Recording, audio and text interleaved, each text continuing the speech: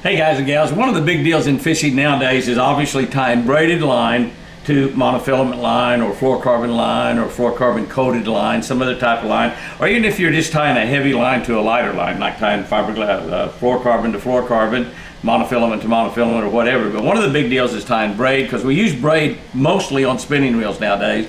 We use braid on casting using 50 and 80 pound braid, stuff like that on the bigger stuff. Sometimes we'll have 50 pound braid or 80 pound braid, and we will move down and tie maybe even a 17 or 20 pound test leader to it. So how do you tie those two together? Well, there's a lot of different ways to do it. To me, quite honestly, they're all difficult. They're all hard.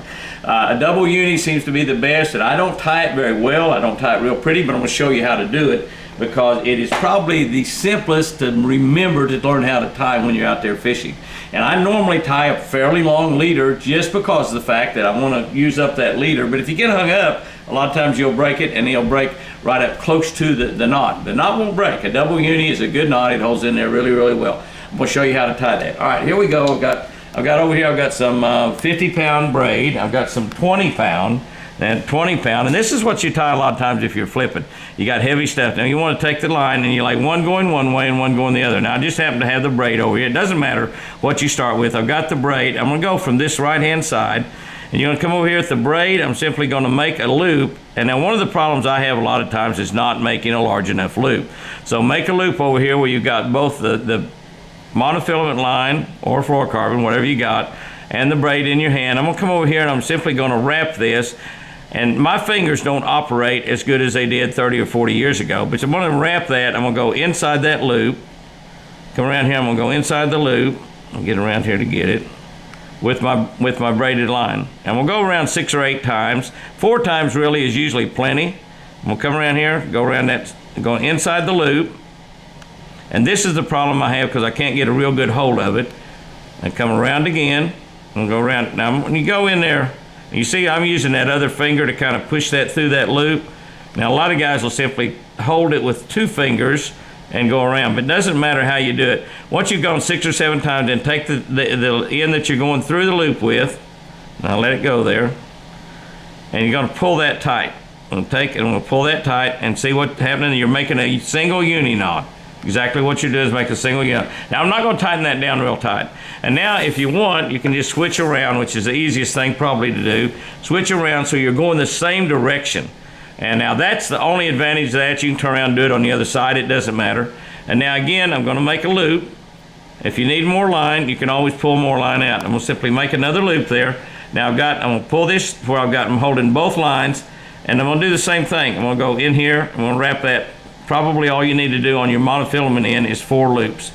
So I'll go around like this. 1, push it through, 2, 3, push it through that loop.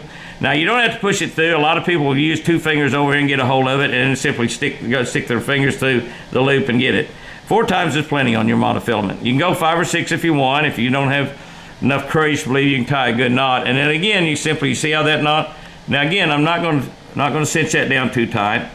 And then I'm going to simply take these and take the ends out here and pull those 2 together. You see what's happening right there? Now you probably want to stick that in your mouth and wet it a little bit.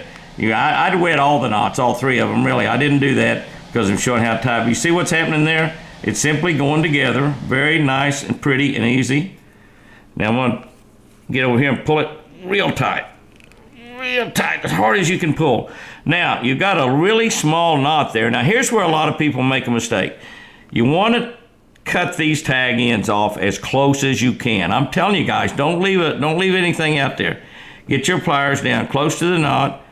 Cut them off as close as you possibly can. I've got braid there, so I probably should be using my little Bass Pro Shop scissors, and I get a little tighter than that. You can actually cut them off both at the same time if you use scissors. Get down close. You see how close I'm getting there? Now don't cut your main line.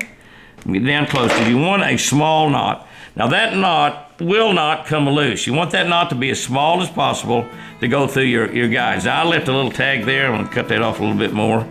But you want that thing down close, close, close, close, close, close. These cutters are not near as good as the Bass Pro Shop scissors. You see how small that knot is? And that knot will hold. That's 50 to 20. That's 50 to 20. Guys and girls, learn how to tie that double uni knot. I'm sure you will tie it better than me. Remember, I sure do love you.